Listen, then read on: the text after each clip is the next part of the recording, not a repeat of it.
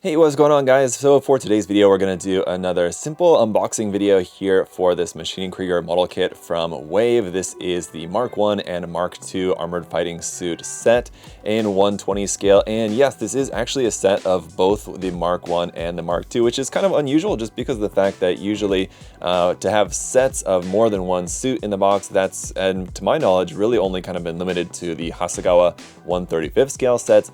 These are in 120 scale, so it's definitely a little unique in that aspect that we have two full suits inside, not just like one suit with option parts to make it either as the Mk.I or the Mk.II.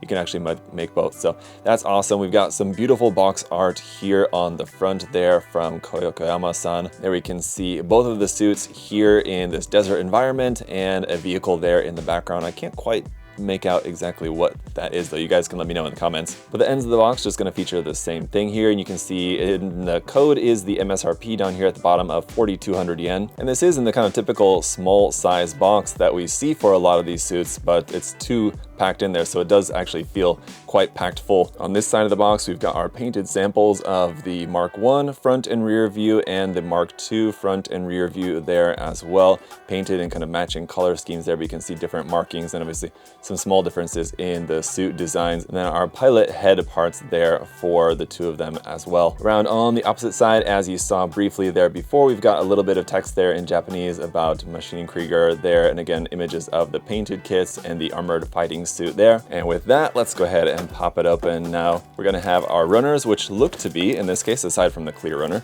we'll take a closer look at these in a moment, but they look to be all molded in this dark gunmetal color there, which is going to be really nice for especially if you wanted to do some like reductive chipping on there. So you've got a good like base color there for that, and then the joint parts and stuff look to be in a kind of typical gray there. For our decal sheet, it's also pretty sizable for a kit like this for a suit, just because it's all the markings for both suits. So you have a little bit larger decal sheet, I think, than normal for a 120 scale suit kit. You can see on here we've got a lot of these nice caution markings there in white and black, mostly a little bit there in gray. And then down here to the markings, kind of light on these like markings down here. There's not quite as many as I feel like that we would typically see though. It's mostly just like the numbers and letters. Then you've got these cool ones here where it's like a combination of numbers and letters like on top of each other. That's pretty cool, pretty unique. And some really cool and familiar logos down here as well. So really like those. And as for the instruction manual, it features the same artwork there on the front. Just the Maschinen Kreiger logo there on the back. No parts list here. I don't think we've got any parts list included at all. But there on the back pages, you can see we do have more reference images here. This is basically going to be our paint guide if you did want to paint it in the official colors. Notice there's no paint card included with this one, unfortunately, but some nice reference images there for the paint scheme. And then this is also going to act as your decal guide as well. It's letting you know where the decals are going to go around on the design there. As for the construction, it's going to be pretty standard. I mean, if you've built any of these, particularly the Wave suit model kits, and they all go together pretty similarly for these, but this one is a little bit different, kind of there in the chassis. If you're used to building like the super armored fighting suits, stuff like that, this one's a little bit kind of different style there. So there's the finish for the Mk.I, and then you start on with the Mk.II. So the first half of the manual, basically, it's kind of divided there right in the middle of the manual.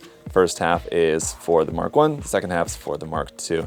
And that's pretty much it. So it's actually fewer pages for the Mk.II, and it kind of had me scratching my head for a minute there, but actually the reason is that you build two sets of the legs. The legs are going to be the same. So the first part here, building the legs, you build two sets of those because they're the same for both kits, as well as the right arm here.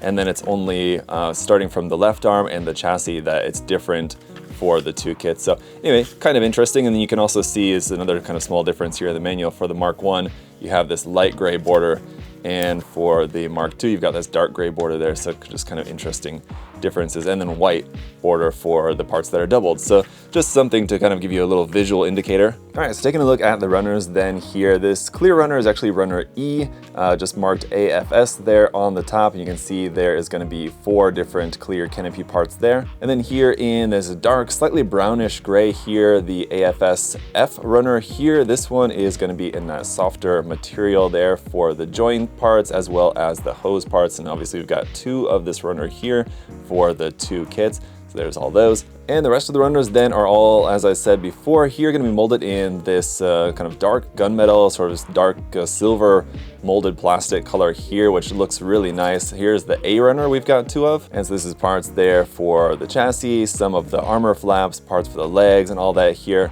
And again, the runner marking here for these, still just AFS there at the top. The B runner here also we have 2 of, looks to be like mostly parts there. Well, I was gonna say mostly for the arms, but you can see the hand parts are on there, and then a bunch of other little detail parts. It's actually part for the hips and a couple of other, I think that's like the knee armor there. So a mix of bits there on the B runner. The C runner, also another small one that we have 2 of. This is parts there for the feet mostly and the front of the chassis there, I believe, for that one. And then the G and H runners are molded together here. You can probably snap them apart here at the midsection, but these also just carry the runner label of just AFS, but I'm guessing these are going to be some of the parts that are going to be different between the Mark I and the Mark II. And you can also see on here is going to be our pilot head parts right there as well, which look pretty nice, pretty plain. Actually, I mean, there's not a whole lot necessarily going on with those, but those look nice there as well. And so that's everything here in this kit. I have to say a couple things that I really like about this. Number one, I love the fact that it's actually 2 suits and not like a build one and it's either or situation. It's 2 full suits in there, which is great. It gives you a lot of value. And then plus I like the fact that it's molded in that dark gunmetal, kind of dark silver plastic. So again, if you're painting this and you wanted to do some actual like reductive chipping,